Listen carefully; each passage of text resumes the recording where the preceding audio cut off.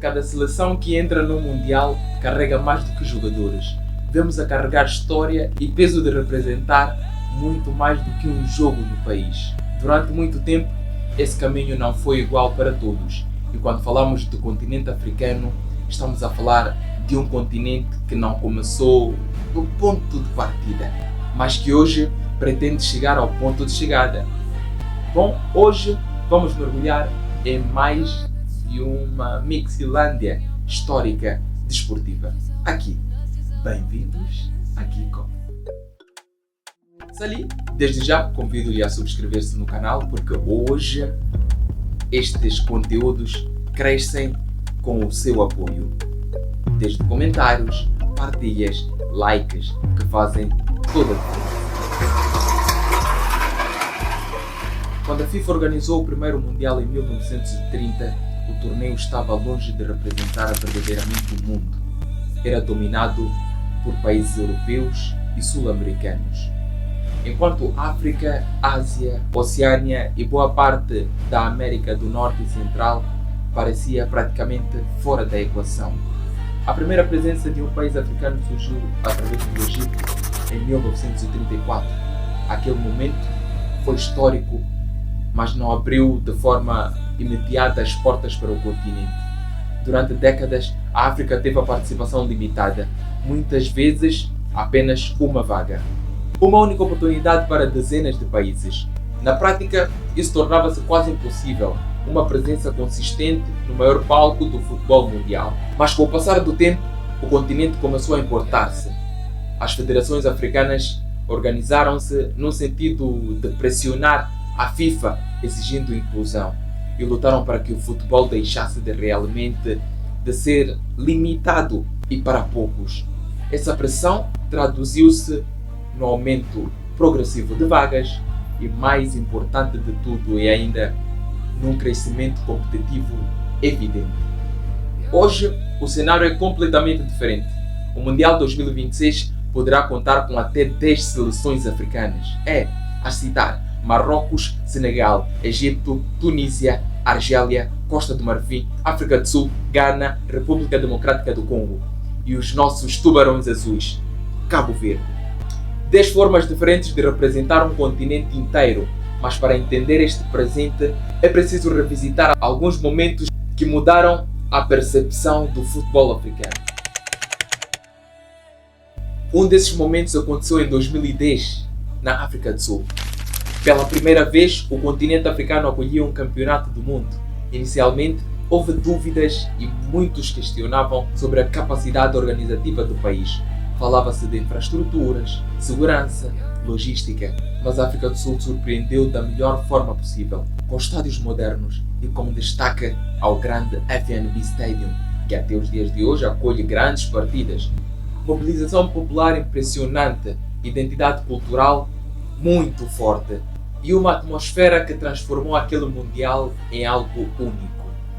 O mundo encontrou um torneio diferente, marcado pelo som de vuvuzelas, pela energia das ruas e por uma celebração profunda africana. Para muitos africanos, aquele Mundial significou mais do que futebol, até porque foi um momento de afirmação global. E dentro do campo, a história deixou marcas. Falo-vos do golo de Sifiwe Tshabalala frente ao México.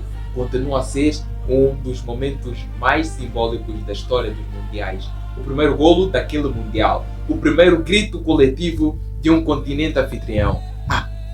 Mas apesar da emoção, a África do Sul acabaria eliminada ainda na fase de grupos, tornando-se na primeira anfitriã da história a não ultrapassar a fase de grupos. O simbolismo venceu, mas o resultado não acompanhou. Ainda no mesmo Mundial, um outro episódio que marcaria profundamente terá sido quando o Ghana chegou aos quartos de final e ficou centímetros de fazer história. No jogo diante do Uruguai, quando nos instantes finais do prolongamento, Luís Soares travou uma bola com a mão em cima da linha do golo. Penalti para o Ghana e possibilidade histórica de colocar uma seleção africana nas meias finais do Mundial pela primeira vez. Responsabilidade dada a um jovem que ia muito bem pela época, Asamoah Gyan, mas o remate foi desperdiçado. E mais tarde, o Ghana acabaria eliminado nas grandes penalidades com uma grande panenca batida. E até hoje, aquele momento continua vivo na memória coletiva africana. Não apenas pela eliminação, mas pelo significado histórico que carregava. Ainda assim, a África continuou a crescer. Para além de Camarões em 1990, o Senegal em 2002, o Ghana em 2010, houve de seguida Nigéria em 2014. E o que falar do Marrocos em 2022? Todos mostraram que o continente podia competir em vários níveis, mas foi em 2022 que algo realmente mudou, quando o Marrocos chegou às meias finais do Mundial do Qatar. Pela primeira vez, uma seleção africana ultrapassava a barreira dos quartos de final. Exatamente, e naquele instante, o futebol africano passou de ser apenas promessa, apesar daquela parte não se identificar com a África negra. Mas é outra conversa. Passou a ser realidade competitiva. Hoje já não se pergunta: será que a África consegue? Pergunta-se: quando é que chegará a final? E talvez seja desta. Mas o Mundial nunca vive apenas dentro das quatro linhas. Cada Mundial do futebol deixa também uma memória musical e cultural. E poucas músicas marcaram tanta história dos mundiais quanto a Waka Waka, quando Shakira lançou o hino oficial do Mundial em 2010, inspirado em ritmos africanos. O planeta inteiro dançou ao som deste Samina Mina, Waka Waka, Aquilo deixou de ser apenas música, virou hino, virou celebração continental. E por que não dizer do globo? Porque até hoje muitos consideram aquela a maior música da história dos mundiais, porque tinha algo que não se fabrica, que era a alma. E agora uma nova geração africana também domina em grandes palcos culturais. Artistas como Burna Boy representam uma África moderna, influente e global. Uma África que não acompanha tendências, mas sim cria tendências. E talvez uma das histórias mais bonitas deste novo Mundial venha bem lá do Oceano Atlântico ao longo da costa africana ocidental. Falamos de Cabo Verde. Um arquipélago com pouca dimensão territorial, mas com uma identidade gigantesca. Antes da viagem rumo ao Mundial, a seleção visitou o seu povo, onde percebe-se algo importante no futebol. Há equipas que levam apenas malas e há equipas que levam uma nação inteira de forma profunda e fraterna. As ruas encheram-se, as bandeiras apareceram nas janelas, nas praias e as crianças correram atrás. E por alguns instantes o futebol deixou de ser apenas competição e passou a ser orgulho nacional. Faz-me lembrar que em Moçambique também há algo histórico a nascer.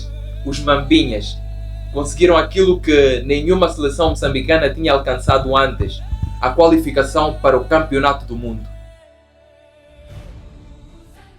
O escalão sub-17 vai para o Qatar. Pela primeira vez na história do futebol moçambicano, em todas as categorias, o país consegue atingir um Mundial. E isso representa muito mais do que um resultado. Representa os bairros, os campos de terra batida, os jovens que treinam sem condições ideais e os sonhos que sobrevivem muito diante das dificuldades. Os Mambinhas não foram apenas ao Mundial, eles abriram uma porta e às vezes é assim que a história começa. Resultado de algo que sempre em viva voz tenho dito: a educação parte da base e a obtenção de bons resultados veremos com o andar do tempo. A história da África no Mundial não é linear. É feita de avanços, recuos, momentos de glória, episódios de frustração, mas acima de tudo é uma história de evolução de um continente quase ausente nas primeiras edições. A África tornou-se uma presença relevante, cada vez mais decisiva no futebol mundial. E talvez seja por isso que o Mundial 2026 representa mais do que uma competição, mas sim a continuidade de um processo histórico que ainda está a ser escrito, porque no futebol, como na vida, o talento pode abrir portas, mas é a persistência que garante o lugar. Bom, esse é mais um vídeo, espero que tenhas gostado e aprendido qualquer coisa. Deixa o like, subscreva-se no canal e partilha, porque todo tipo de suporte por cá é válido. E lembre-se, the time is now. Then, let's make this site a better place.